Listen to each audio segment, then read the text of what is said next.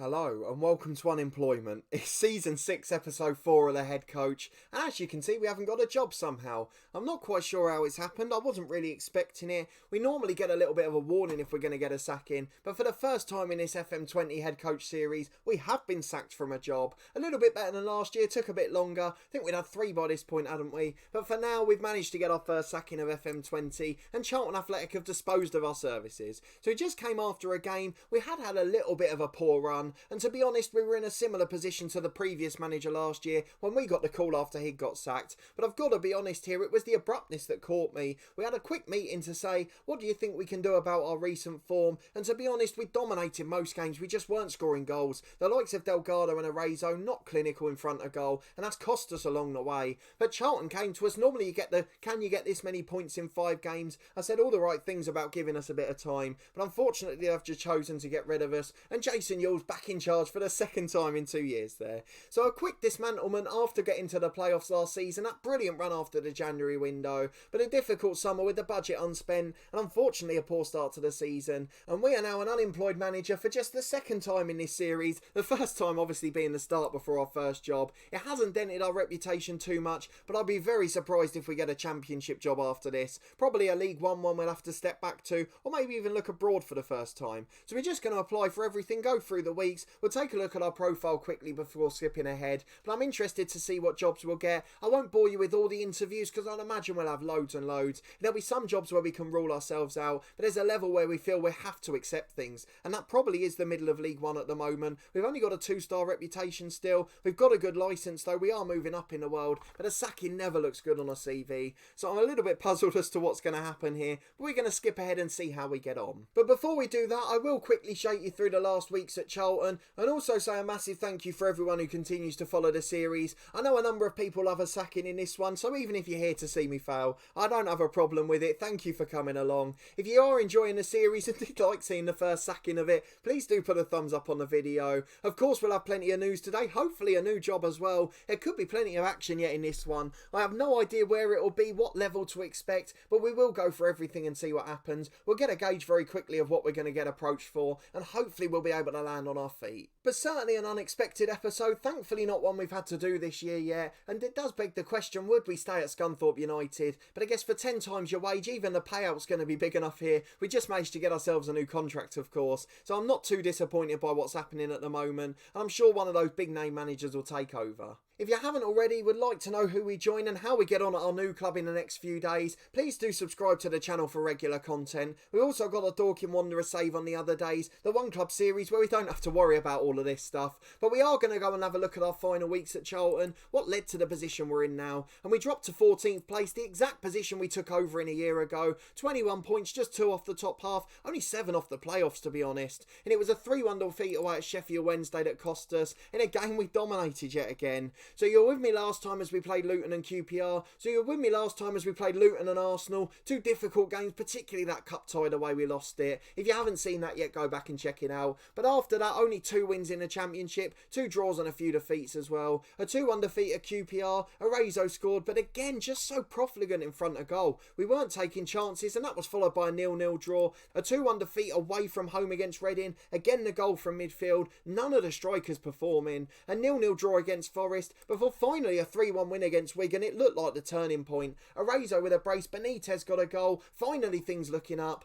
but then injuries cost us, and at Sheffield Wednesday we lost. It was a pretty easy game to be honest. We were leading 1-0 at half time. We played brilliantly, but we just couldn't score. Again, Arezzo 6.3, the 2 wingers 6.6, 6.4 for Baptiste in the middle. No one looked like getting a goal. The fullbacks weren't overlapping, they weren't getting their chances either, and a 3-1 defeat, thoroughly deserved in the end. So that leads us into a position where we're jobless now. Charlton left in 14th in the Championship, and for the first time it looks like we're going to be moving down rather than up, but I'd love to land on my feet in the Championship. Some big jobs going at the moment, a bit early in the season, Blackburn, Preston and Birmingham Championship jobs, a couple in League One that we'd probably settle for, Blackpool a fairly big club in League Two, but again we don't really want to dip that low down the ladder, and abroad none of the big leagues really sacking yet, so it's just the likes of the Eredivisie. Have we got a big enough reputation for that? I'm not quite sure. And then a few other jobs abroad, but a lot of them far smaller than ours, and I don't know if we'll want to take those steps down. I think the likes of Nantes in League One, they're below us at the moment, so I'm not sure we'll be able to get there. They're going to be a little bit beyond our expectations. The rest of them probably a bit too small, so I've no idea what's going to happen. So what I'm going to do here is skip ahead,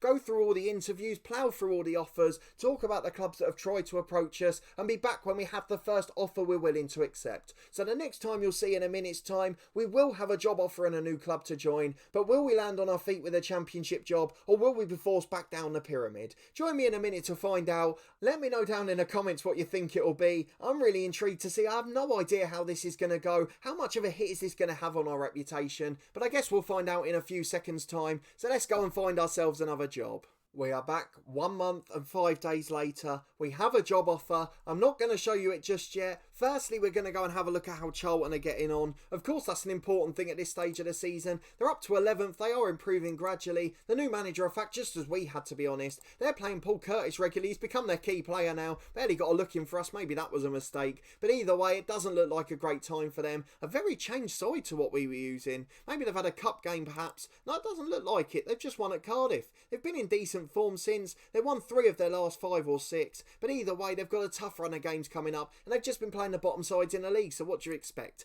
11th in the championship. Where are they playoff wise? 4 points off, only 3 spaces and 2 points above where we were, so one defeat and it could be back in 14th. That's just how unpredictable the championship is here. But let's go and have a look at our job offer, shall we? It is a little bit landing on our feet. It's a good job offer in terms of the level of the club, the level they're playing at in the pyramid, but it is a little bit of a tough one for me. A club I'm not a massive fan of, a club that reputation wise perhaps isn't the biggest in game, but facilities improving and we can't complain. We're landing on our feet slightly, so let's go and confirm it. Any guesses, anyone? They're actually in this table here. It is Salford City who have offered us a job. Another championship side, remarkably improved in this season. They've got to fight bravely against relegation. They're not expecting to stay up, but they've made it to championship level. They're in 23rd place after promotion last season. They finished in 2nd. They're not doing great this year, but we are going to be the man to take the helm. 2.5-star reputation, that is an improvement on what they were. Let's go and have a look at their facilities, all of the little bits off the pitch we want to know.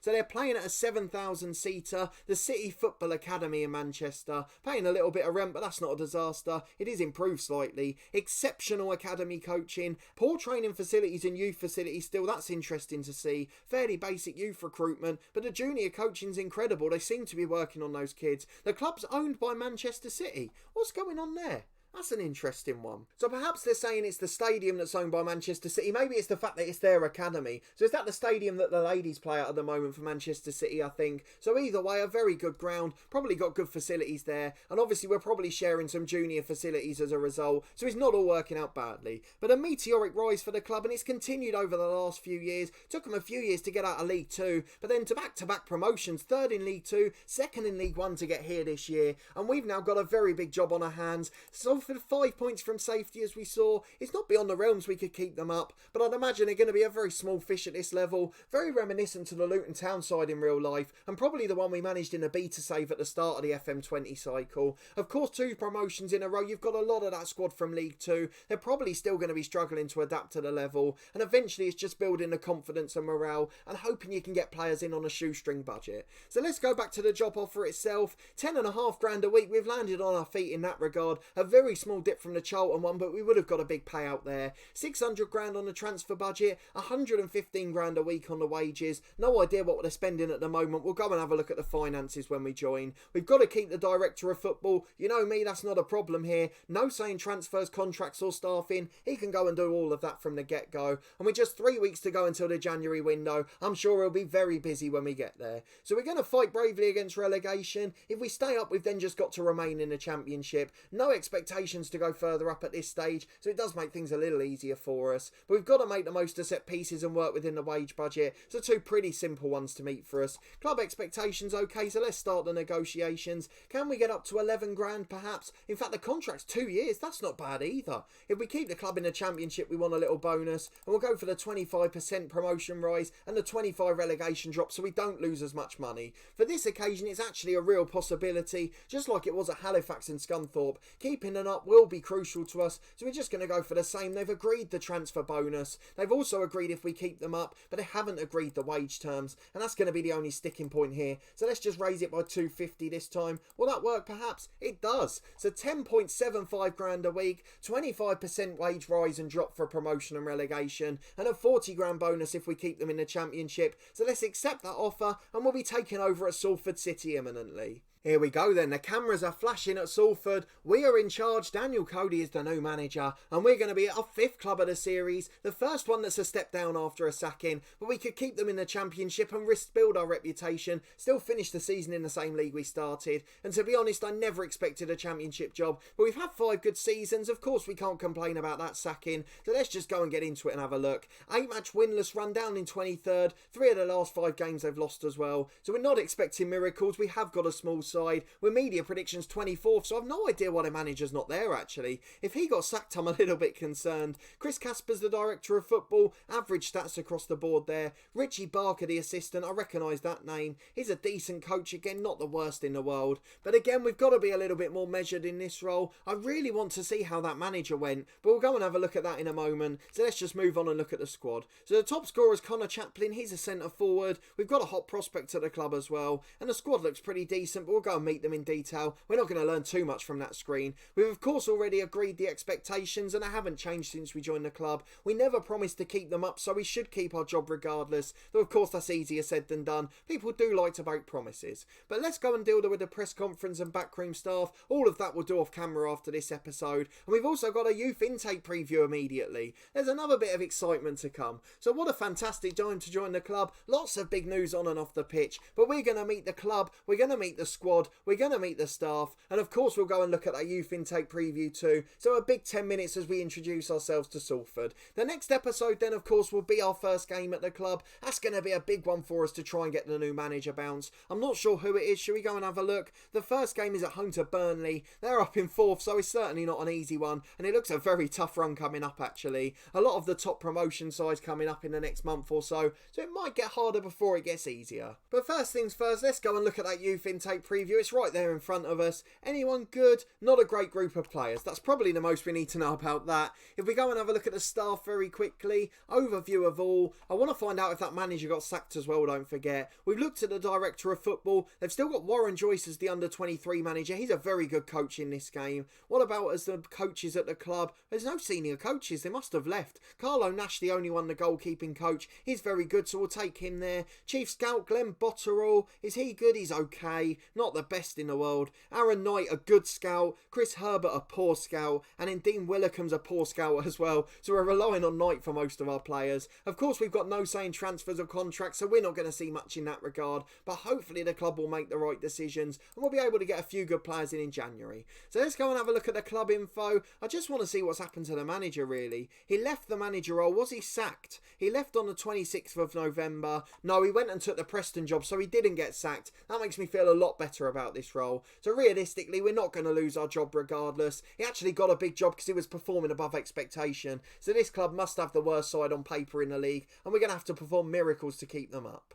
Ironically, Andy Scott did go to Preston though, who are on 5 points 10 below us, not won a game all season. So let's go and have a look at the squad. It's the final thing to do today, always the most enjoyable at a new club. And we'll go and have a look in terms of report order, get their best positions, try and establish a tactic we're going to play, and then we'll meet it properly in the next episode. And of course have our first game in charge at the club. So the first thing sticking out at me is quite a few experienced players at the club, 1 or 2 superstars, one of which is on loan of course, but let's just go through the best in each position. So we've got Jacob Horgard in goal, an experienced campaigner at 32. He's not bad actually. I was expecting worse, to be honest. For the worst team in the league, it's certainly clear that the wages are lower. £3 a week, but a good experienced keeper. No complaints about him whatsoever there. Then at right back, oh look who we've got in the middle. It's Michael Hector, who was sold here from Charlton. So one familiar face, but he's not even good enough here. So he'll probably be on the bench again this year. Nicky Devlin's the best right back at the club. At 31, he doesn't look great. Technically not good enough. Physically okay. Mentally very very strong, but that's a bit of a worry at 3.5 star. Does put a bit of a dampener on what the rest of the players will be like. We've got a centre-half Ryan Astley on loan, 4-star ability, he's a solid player. Again, technically the stats aren't great. Physically and mentally very good. He's still going to improve on his loan from Everton. We had him at Scunthorpe. I knew I recognised his name from somewhere. He was definitely on loan with us at Scunthorpe, wasn't he? He started the season with us, he made 16 appearances. Ryan Astley's a player I recognised there. I knew the name rung a bell, but I couldn't work out where, and I didn't want to make myself look an idiot. But the other 4-star centre-half is Ross Sykes, a 25-year-old Englishman, worth £4 million. 4-star ability, 4-star potential, good even attributes across the board. Not a superstar, but solid enough at this level, and after years at Accrington, he joined Salford in the summer. At left back, there's two good ones. Conor Ogilvy's the first. He looks a good player, can play naturally at centre half too. Really good attributes across the board from him. And at left back, we've also got Tom Field as a backup. Good squad player, just a really solid campaigner. So I'm not too disappointed with the defence so far, though right back I'm a little bit concerned. Into midfield, and it looks like all three of the best players play in the same position. The centre of midfield looks absolutely deserted. There's only two players that are listed as central midfielders, both of them not very good. Joe Williams as a holding midfielder, 3.5-star ability, will probably play in the middle to be honest. A good ball winner, not the best technically again, but works his socks off and physically he's decent. So we've got to be happy with that. He's a good experienced player, plenty of appearances for Salford already. Kyle John is a right midfielder, 3.5-star ability, 4.5 potential.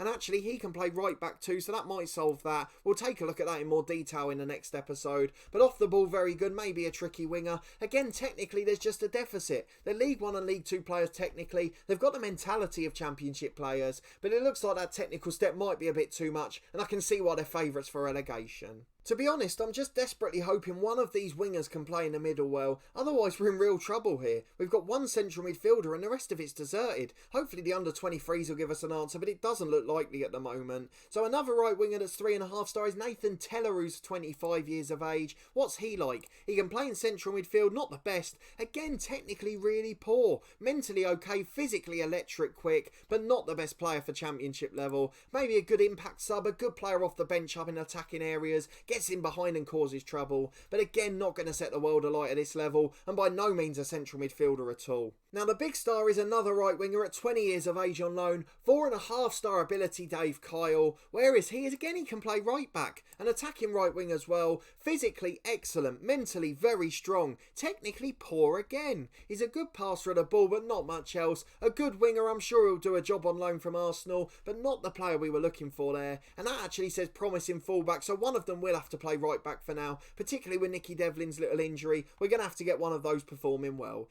Kyle Edwards is an inverted winger off the left, 3.5 ability, 4 potential, a good central midfielder and the number 10. Could we even think about playing the wide diamond here? There's plenty of options here. Technically quite a good winger actually, not good enough for the middle really. He'd have to be a shadow striker. He can't play in the centre of midfield. He's not good enough defensively, not good enough technically across the board, but a good dribbler, good finisher, very quick and decent mentally, and at 26 he's played loads of years at Salford, and I'm sure he'll be a team leader in the dressing room. I've just had a look across the other wingers, none of them good enough to play in central midfield. The same with the defenders, it's a little bit of a troublesome moment for us. No central midfielders that can play in the squad, just Joe Williams on his own will be running a show, or maybe we will have to play with that wide diamond. But let's go and have a look at the strikers. Connor Chaplin was the star man, 4-star ability, 4-star potential, 27 years of age, a very good striker. Came from Barnsley where he didn't score many, but scoring at about 1 in 3 here, we can't complain at that. Can play as a number 10 if need be too, but a good finish, good in behind, good as a false 9 or an advanced forward, gives us plenty of options going forward and backwards,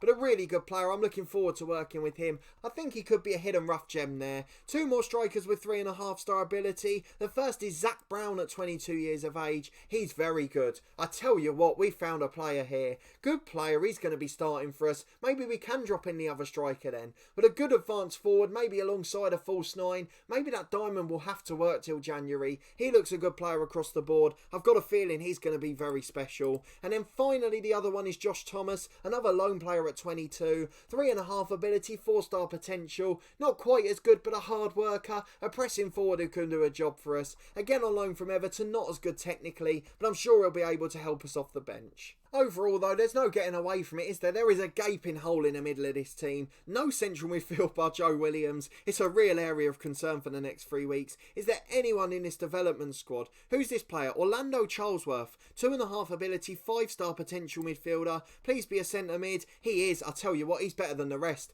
I did have a quick look at the other 2.5 stars in the first team. This guy is the best. He's not got a contract at the moment. I don't care if he can do a job for 3 weeks. In you come to the senior squad, son. One appearance in his 6 years at the club, an academy prospect, not been given a contract. He will be getting championship game time now. Orlando Charlesworth, oh, don't say you haven't registered him. He's unavailable. He's not been registered, has he? Hopefully we'll be able to play him. But Orlando Charlesworth into the first team, a glimmer of hope for the next 3 weeks. Into the under-23s, any other good players? One more, Carl Frost at 2.5 ability. He's rubbish, he shouldn't be rated that well. And then into the 18s, anything special there? Hopefully a good player, just a young keeper who's decent, so no real special talents there. I was hoping someone might come and save the day. But overall, a decent promising squad at Salford. In truth, probably not good enough to keep us out. Let me know in the comments if you think we can complete the Great Escape. It will certainly take a lot of work in January, I can tell you that for certain. We need central midfielders badly. Please, Chris Casper, go and do your job in the window. But hopefully we'll have some new ones in the next episode after our big first game at the club.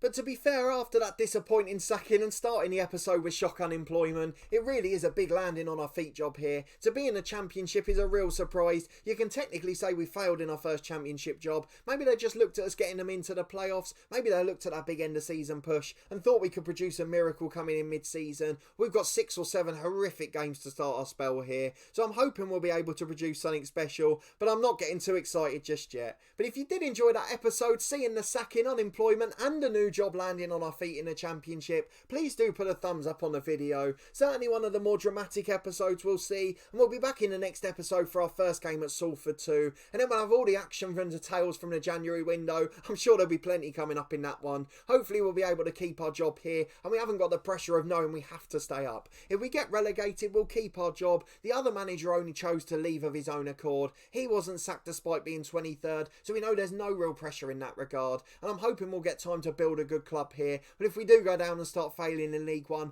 I'm sure that pity will go pretty quickly. But let me know from meeting the players what tactics we should play and all of the likes for the next episode too. If you haven't already, subscribe to the channel for daily FM20 content. If you're a Salford fan, welcome along. We'll be back in 2 days with the first game at your club, and hopefully we'll be able to start with a win, but I'm not too optimistic looking at the opposition. Finally, I'm part of a podcast that does matchday vlogs and interviews, and you can see the link to the matchday vlogs playlist in the eye above. A massive thank you for your feedback so far. Please do go and check out our other series too. We've got a couple of new ones on the recent weeks on the channel, and both of them seem to have gone down pretty well. So a massive thanks for watching those ones and for following this series as always. I really do appreciate it, and I hope you'll join me next time for our first game in a new job. It's going to be a big task, but we'll certainly be up for it to the best of our abilities.